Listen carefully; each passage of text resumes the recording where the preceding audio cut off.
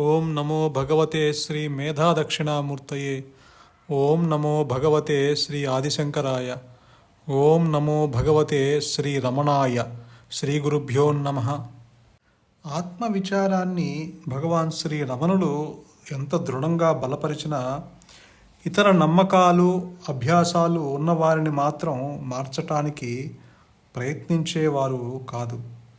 ఆత్మవిచార మార్గాన్ని అనుసరించటానికి సంసిద్ధులు కాని వారికి ఇతర పద్ధతులు గురించి కూడా సలహాలు ఇచ్చేవారు. ధ్యాన పద్ధతుల గురించి కూడా భక్తులకి సలహాలు ఇస్తూ ఉండేవాళ్ళు. భగవాను ధ్యానానికి ఇచ్చిన నిర్వచనం ఏమిటంటే, ఇతర భావాలని విడిచి ఒకే ఒక భావంపై మనస్సుకి ఏకాగ్రత కలిగించటం. ఇంకా ఉన్నత స్థాయిలో అసలైన ధ్యానం అంటే మనస్సుని ఆత్మపైనే లగ్నం చేయటమని కూడా చెప్పేవారు. ఏ అభ్యాసము లేకుండా ఉండటం కన్నా ఏ మార్గాన్నైనా అనుసరించటం ఉత్తమం అని భగవాన్ చెప్పేవారు. ఏ అభ్యాసమైనా ఆత్మవిచార మార్గానికే దారితీసే అవకాశం ఉంటుంది. కాబట్టి ఈ కారణాల వల్లే వారు ఇటువంటి సమాధానాలని ఎందరికో ఇచ్చారు.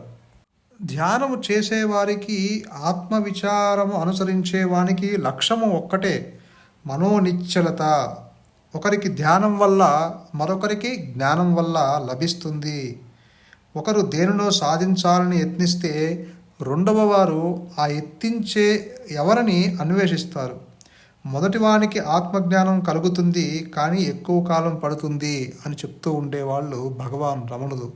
అంటే నువ్వు ఏ మార్గాన్ని అనుసరించినా, అంటే భక్తి మార్గమైన, జ్ఞాన మార్గమైన, ధ్యాన మార్గమైన, మరి ఏ ఇతర రాజయోగ మార్గములైనా సరే, ఇవన్నీ మనోనిశ్చలతకు దారితీస్తాయే తప్ప ఆత్మజ్ఞానాన్ని అందించలేవు.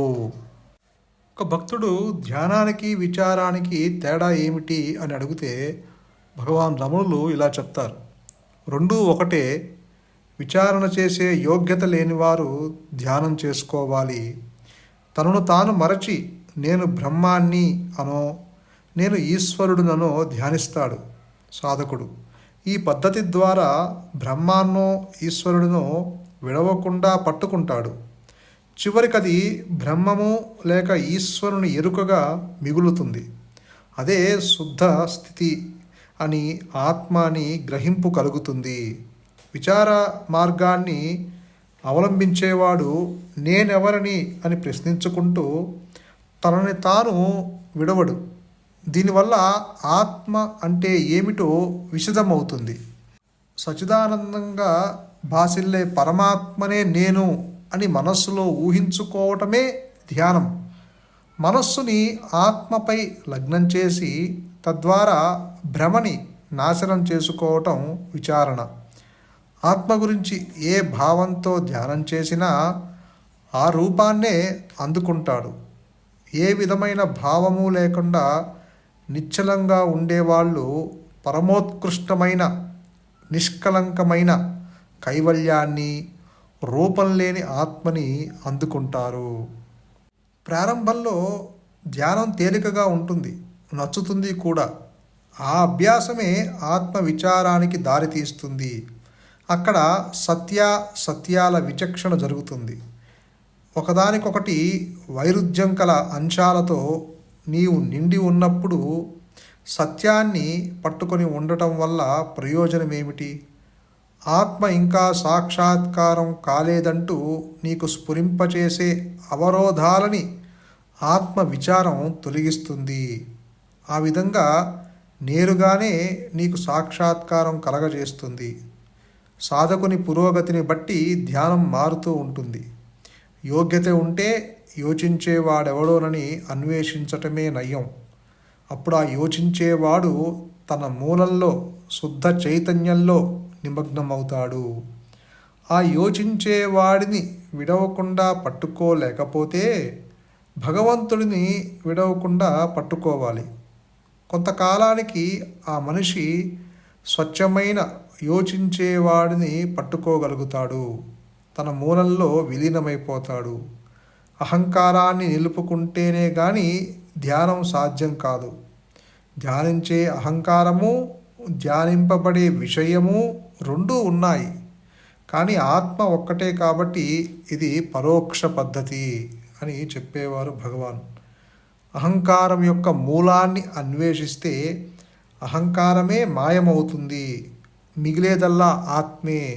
ఈ పద్ధతి సూటి అయినది, స్ట్రైట్ ఫార్వర్డ్ అని చెప్పేవారు. అంటే ఆత్మ విచారణ మార్గము సూటి అయినది, స్ట్రైట్ ఫార్వర్డ్ అని చెప్పేవాళ్ళు.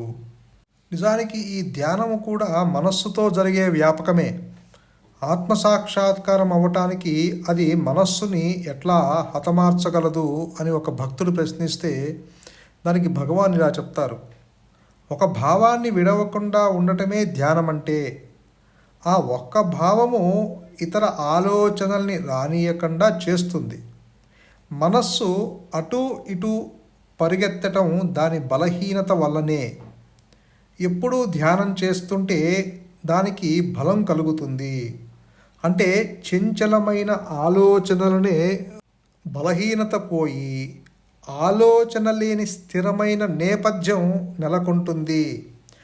ఆలోచన లేని ఈ క్షేత్రమే ఆత్మ.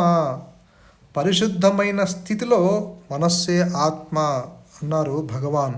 ఎందుకంటే ఆలోచనలు లేని మనస్సే ఆత్మ కాబట్టి ఆలోచనలు లేని మనస్సుని అలవాటు చేసుకోగలిగినట్లయితే అక్కడ అనుగ్రహంతో ఆత్మ తనకు తానుగా ప్రకటించుకుంటుంది అని మనకి గురువు గారు కూడా చెప్తూ ఉండేవారు.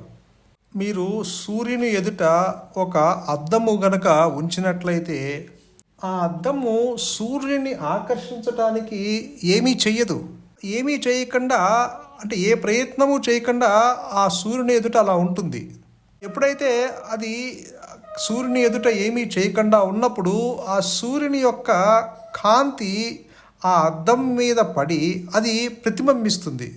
అంటే ఇట్ కీప్స్ బ్రైట్నెస్, ఆ యొక్క వెలుగుని ఉంచుకుంటుంది అది.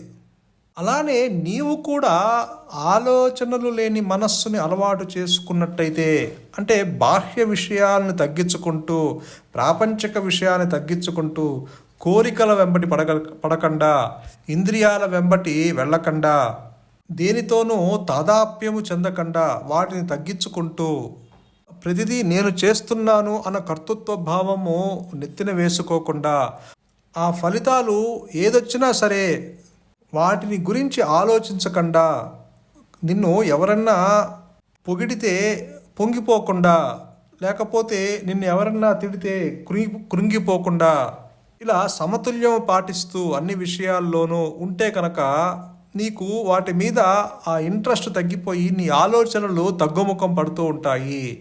కాబట్టి ఎప్పుడైతే నీ ఆలోచనలు తగ్గుముఖం పట్టాయో, అంటే నీకంటూ ఏ ప్రయత్నములు లేకుండా, నీకంటూ ఎటువంటి సంకల్పాలు లేకుండా ఆ భగవంతుని మీద భారం వేస్తూ ఏది జరగాలో అది జరుగుతూ ఉన్నదాన్ని ఉన్నట్టుగా అటు యాక్సెప్టు చేయకుండా అటు రిజెక్టు చేయకుండా ఓ సాక్షి భావంతో ఉన్నట్లయితే, నేను ఆత్మ చేతిలో అని ఒక పనిముట్టు అని గ్రహించి ఆ విధంగా గనక నీ యొక్క భావాలు గనక ఉన్నట్లయితే, అంటే చివరికి ఆ భావాలు కూడా నశించి ఏ భావాలు, ఏ ఆలోచనలు, ఏ ప్రయత్నము లేని స్థితిలో గనక ఉన్నట్లయితే, ఎప్పుడైతే ఆ అద్దం మీద, అంటే ఆ అద్దము ఏమీ చేయకుండా ఆ సూర్యుని ఎదుట ఆ సూర్యుని ఆకర్షించటానికి ఏమీ చేయకుండా ఎట్లయితే ఉన్నదో, నీ మనస్సు కూడా దేనిని ఆకర్షించకుండా ఉన్నది ఉన్నట్లుగా ఉంటే గనక నీ మనస్సు, అంటే ఎటువంటి ప్రయత్నాలు, ఎటువంటి సంకల్పాలు, ఎటువంటి తలంపులు లేకుండా ఆ విధంగా ఉన్నట్లయితే నువ్వు దేన్ని ఆకర్షించాల్సిన అవసరం లేదు. అంటే చివరికి ఆత్మని కూడా నువ్వు తెలుసుకోవాల్సిన అవసరం లేదు, ఆత్మ గురించి చింతించాల్సిన అవసరం లేదు. నాకు ఆత్మ సాక్షాత్కారం కలగట్లేదు అన్న భావనలు కూడా ఉండకుండా ఆ అద్దము నిలిచినట్లుగా నిలిస్తే తప్పకుండా అనుగ్రహం చేత ఆ సూర్యుడు ఎట్టయితే ఆ అద్దంలో ప్రకాశింపజేసాడో అట్లాగే ఆత్మ అనుగ్రహంతో అక్కడ ఆత్మ తనకు తానుగా ప్రకటించుకుంటుంది. ఎట్లయితే ఆ సూర్యుని యొక్క ప్రకాశం అద్దం మీద పడ్డదో అలాగే ఆత్మ యొక్క ప్రకాశము ఆ మనస్సు మీద పడి అక్కడ తనకు తానుగా ప్రకటించుకునే స్థితి ఏర్పడుతుంది. ఎందుకంటే రెండు నేనులు అంటూ ఉండవు. ఆత్మ నేను, అహంకారం నేను అంటూ ఉండదు. ఉన్నది ఒకటే నేను. అదే అహంస్ఫురణ, నేనున్నాను అన్న స్థితి. అదే భగవంతుని యొక్క స్వరూపము.